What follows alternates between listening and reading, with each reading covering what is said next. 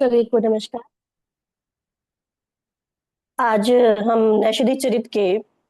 चतुर्थ व्याख्यान के अवसर पर उपस्थित हैं और आज हम 11 श्लोक संख्या 11 से लेकर के श्लोक संख्या 15 तक के अनुवाद का अध्ययन करेंगे। यहाँ पर हम नल के गुणों का ही विस्तार देखेंगे कि किस प्रकार के नल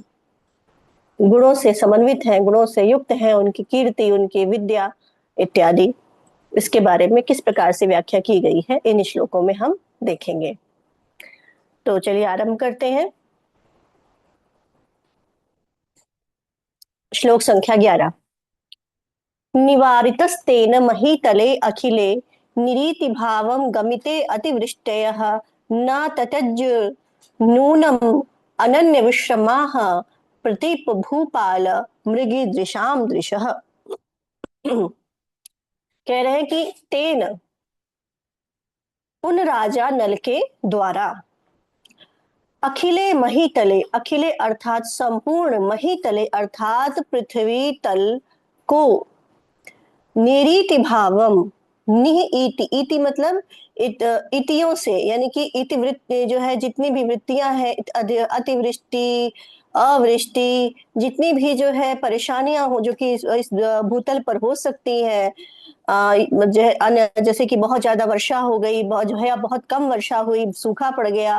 और फिर टिड्डियों का आना, चूहों का उपद्रव, तोतों का उपद्रव, राजाओं का आक्रमण, ये सारी क्या है, ये सब जो है, जो ये इनको इतियां कहा जाता है।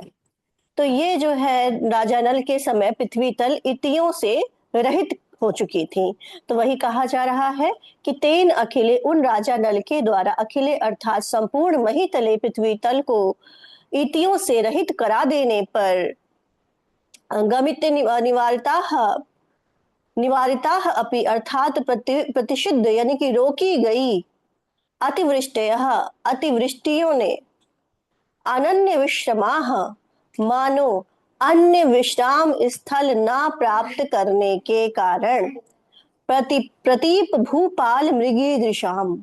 प्रतीप यानी प्रतिपक्षी, भूपाल यानी राजाओं के, मृगी दृशाम मृग नयनी स्त्रियों के, दृशम नूनम न त्यजुः, स्त्रियों के नेत्रों को नहीं छोड़ा। मतलब उन्होंने, राजा नल ने क्या किया है, राजा नल ने संपूर्ण पृथ्वी को ईटियों से रहित कर दिया। ऐसे में जो अतिवृष्टि है, अतिवृष्टि भी रुक चुकी है। तो अतिवृष्टि ने क्या किया है यहाँ पर, मानो राजा नल के शत्रुओं की स्त्रियों में हमेशा के लिए अपना स्थान बना लिया है। अर्थात यहाँ पर राजा नल के पराक्रम का वर्णन किया है कि किस प्रकार से राजा नल अपने प्रताप से संपूर्ण पृथ्वी मंडल को अपने अधिकार में रखे हुए थे, अपने विरोधी राजाओं को किस प्रकार से, शत्रु राजाओं को परास्त किए हुए थे। ऐसे महाप्रतापी राजा नल की शत्रुओं की जो पत्नियां थी, उनके नेत्रों से हमेशा अश्रु बहते रहते थे। ऐसे राजा नल पृथ्वी को शोभायमान कर रहे थे। तो कह रहे, फिर से देखेंगे, तेन अर्थात उन राजा नल के द्वारा, अखिले महीतले अर्थात समस्त पृथ्वी तल को, संपूर्ण पृथ्वी मंडल को, निरीति भाव इतियों से रहित अर्थात अतिवृष्टि, अनावृष्टि आदि से रहित करा देने पर, अनन्य विश्रमाः अतिवृष्टयः निवारिता, निवारिता मतलब रोकी गई, अतिवृष्टियां,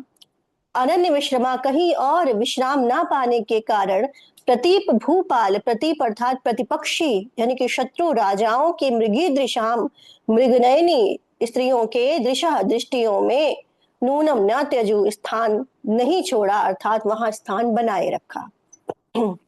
अगला देखते हैं श्लोक, श्लोक संख्या 12। शितांशु वर्णैर्वयति स्म तद्गुणै महासिमेम्नः सह कृत्वरी बहुम दिग अंगना आवरणम रणांगने यशः पटम तडभट चातुरी तुरी। तो कह रहे हैं, महासिवेम्नः, महा असी वेम्नः अर्थात महान, असी अर्थात तलवार रूपी, वेम्नः, वेम्नः मतलब खड्ग,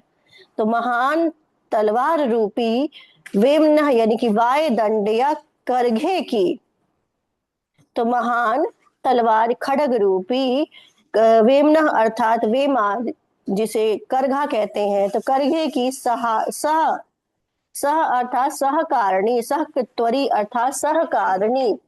तड भट्ट चातुरी, उन नल के, उस राजा नल के, भट्ट अर्थात सैनिकों की, चातुरी चतुरता रूपी, तुरी रणांगणे युद्ध रूपी आंगन में, सितांशु वर्णे, सितांशु अर्थात चंद्रमा के समान शुभ्र वर्ण वाले, उस राजा तदगुणई अर्थात उस राजा नल के गुणों, शौर्य आदि गुणों के द्वारा, दिगंगता अनावरणम, दिशा रूपी अंगना, दिशा रूपी अंगनाओं अर्थात रमणियों के अंगावरणम, अंगों को आवरण यानी कि आवृत करने वाला, बहुयशः पटम वयति स्म, महान यश रूपी वस्त्र क्या करती थी, बुनती थी। यानी कि यहाँ पर नल और नल के जो है प्रतापी सैनिकों का यहाँ व्याख्या की गई है, और उनके सैनिक जो समर में नैपुण्य दिखाते थे, निपुणता प्रदर्शित करते थे, उसका वर्णन है कि महाराज नल के सैनिकों ने जो युद्ध भूमि में निपुणता का प्रदर्शन किया है, उससे उनकी कीर्ति चारों ओर फैल गई थी। और यहाँ पर जो है श्लोक में वेमा, तुरी, ठीक है, यहाँ पर जो है महातलवार में जो है महान असी में तलवार में वेमा, और भट्ट चातुरी यानी सैनिकों की चातुरी में तुरी, इसका वर्णन किया गया है। और रण में, आंगन गुणों में, तंतुओं यानी धागों का, और दिशाओं में अंगना यानी स्त्रियों, तथा यश में वस्त्र का आरोप किया गया है, इसलिए यहाँ पर सांग रूपक अलंकार होगा। तो यहाँ पर जो है यह फिर से देखेंगे इस श्लोक को कि महा असिवेम्नः, महान खड़ग रूपी करघे की सहकृत्वरी अर्थात सहकारिणी, किसी भी वस्त्र को बनाने के लिए जो है क्या क्या चीजें लगती हैं, तुरी होती है, वेमा होती है, धागा चाहिए, एक स्थान चाहिए जहां पर उस चीज को बुना जाएगा, और जो है तो वहां पर जो है धागों से क्या होगा, यश रूपी वस्त्र बुना जाएगा। तो ये कह रहे हैं कि महा असी वेमना, महान खड़ग रूपी वेमना यानी कि करघे की सहकृत्वरी अर्थात सहकारिणी, तद भट्ट चातुरी उस नल के सैनिकों की, भट्ट अर्थात सैनिकों की, चातुरी तुरी चतुरता रूपी तुरी, रणांगणे युद्ध रूपी आंगन में, सितांशु वर्णे चंद्रमा के समान शुभ्र वर्ण वाले, तद गुणई है उस नल के गुणों उस नल के शौर्य आदि गुणों से, दिशा रूपी अंगना अर्थात रमणियों के अंगावरणम अंगों को आवृत करने वाला, बहुयशः पटम वयति स्म, महान यश रूपी वस्त्र बुना करती थी।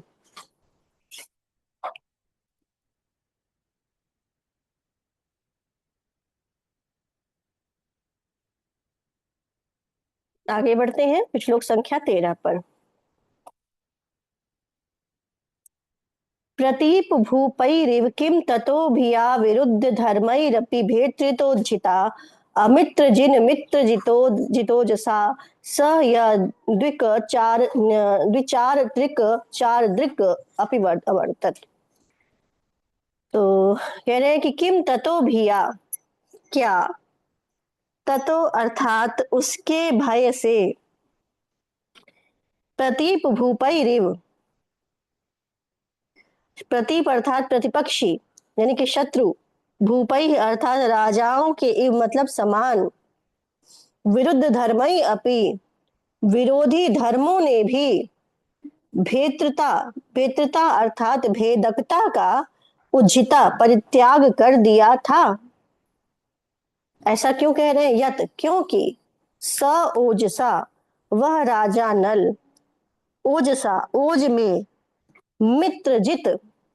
अर्थात सूर्य को, मित्र मतलब सूर्य को, जित मतलब जीतने वाला होते हुए भी, मित्र जित होते हुए भी अर्थात सूर्य को जीतने वाला होते हुए भी, अमित्रजित, अमित्रजित यानी कि जो मित्र नहीं है अर्थात शत्रु, तो अमित्रजित था, वह सूर्य को जीतने वाला होने पर भी अमित्रजित था, यानी कि शत्रु विजेता था। और विचार दृग अपि,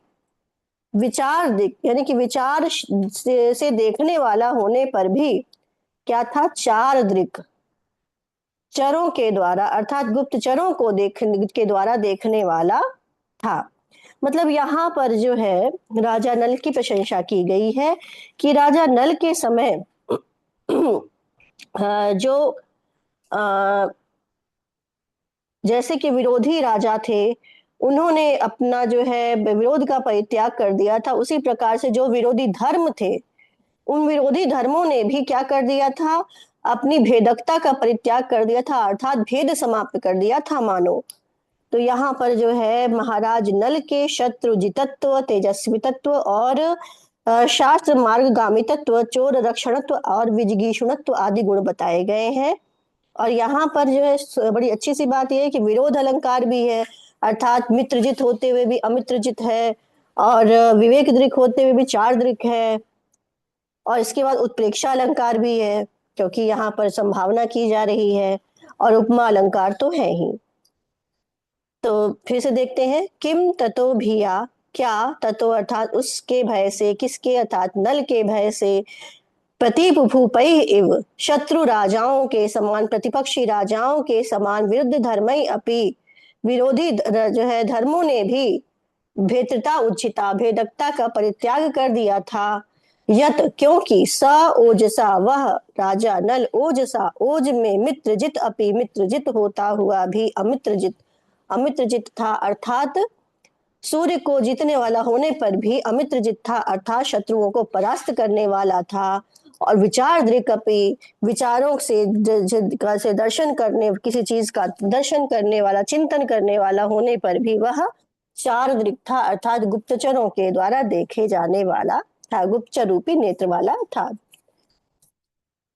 14वां देखते हैं,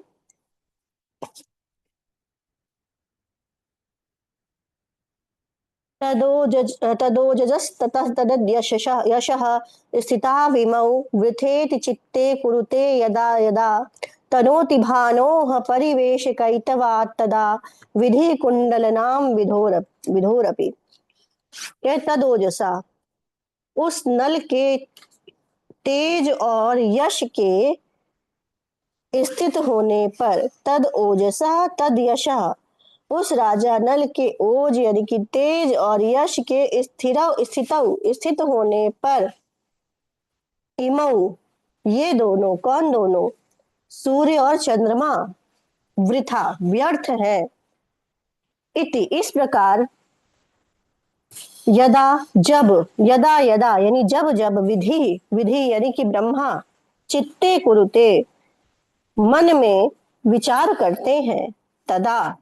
तब तब, भानोः, विधो अपि, परिवेश कई तत्व कुंडल नाम तनोती, तब वे सूर्य और विधु यानी चंद्रमा के मंडल के व्याज से क्या बना देते हैं, कुंडल नाम तनोती, कुंडली यानी कि व्यर्थता सूचक घेरा बना देते हैं। जैसे कि हमें कोई चीज गलत दिखती है कि ये चीज गलत हो गई है, तो गलत का निशान बनाने के लिए या तो हम उसे काटते हैं या तो उसके उसके चारों तरफ घेरा बना देते हैं। अब यहाँ पर हम लोग देखते ही हैं कि चंद्रमा और सूर्य के जो है चारों तरफ आभा मंडल रहता है। तो आभा मंडल के लिए यहाँ पे कल्पना कर रहे हैं कि मानो जो है देखा कि नल के पास ये दोनों चीजें हैं, जो है उनके पास तेज है, यश है, तो यहाँ पर सूर्य और चंद्रमा व्यर्थ है, ऐसा मानते हुए ही मानो ब्रह्मा ने क्या कर दिया है, मंडल के बाहर, सूर्य मंडल यानी कि जो चारों तरफ घेरा होता है, चंद्र मंडल इन चंद्रमा के चारों तरफ जो घेरा होता है, उसके बहाने से व्यर्थता सूचक यानी कि व्यर्थता दिखाने वाला एक गोल घेरा, कुंडली यानी कि गोल घेरा बना देते हैं वो। फिर से देखेंगे, तदोजसः अर्थात उनके ओज, उन नल के तेज, और तद्यशः उनके यश के, स्थिताउ स्थित रह होने पर, इमौ ये दोनों वृथा व्यर्थ है, इति ऐसा, यदा यदा विधि चित्ते जब जब विधि अर्थात विधाता के, ब्रह्मा के चित्ते चित्त में, कुरुते आता है, तदा तदा तब तब, भानोः विधो अपि तब तब, भानु यानी कि सूर्य और विधो चंद्रमा के मंडल के परिवेश कयित्वात् अर्थात बहाने से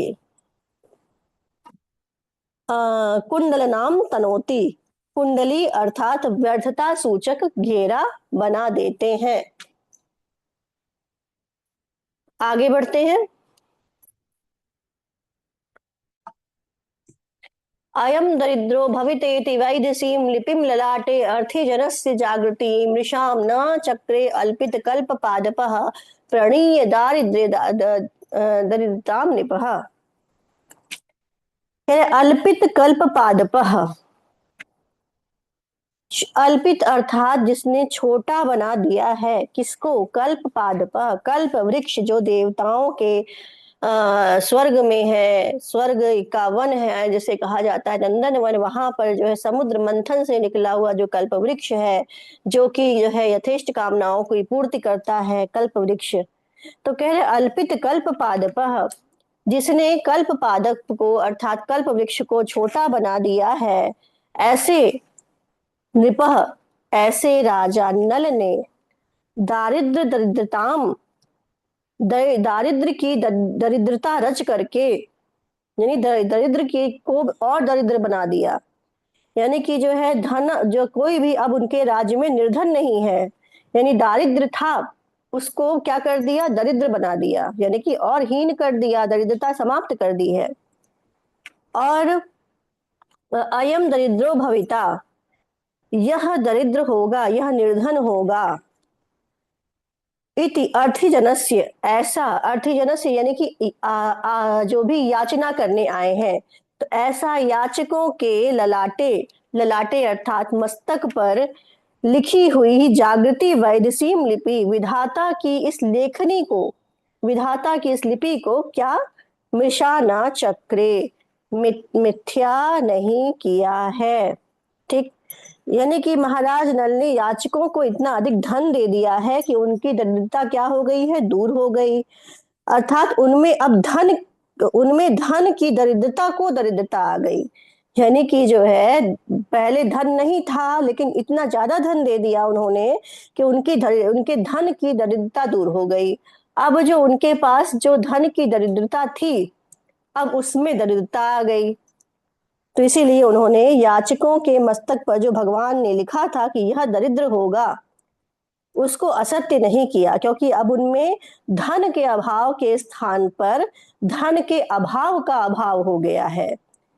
अर्थात राजा नल के राज्य में कोई भी अब निर्धन नहीं है। फिर से देखेंगे। अल्पित कल्प पादपः, कल्प वृक्ष को अल्प बना देने वाले यानी छोटा बना देने वाले नृपः, राजा नल के राज्य में दारिद्र्यताम प्रणीय, राजा नल ने दारिद्र की दरिद्रता प्रणीय रच करके, बना करके, अयम दरिद्रो भविता अर्थात यह दरिद्र होगा, यह निर्धन होगा। इति ऐसा अर्थी जनस्य अर्थात याचकों के ललाटे, ललाट पर जागृति वैदसी लिपि लिखी हुई ब्रह्मा की वैदसीम अर्थात ब्रह्मा की लिपि को मृषा ना चक्रे, मृषा अर्थात मिथ्या नहीं किया।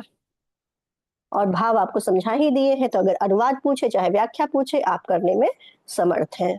तो इसी के साथ आज के व्याख्यान को समाप्त करते हैं और अगले व्याख्यान के लिए फिर से मिलते हैं। तब तक के लिए नमो नमः, पुनर्मिलामः।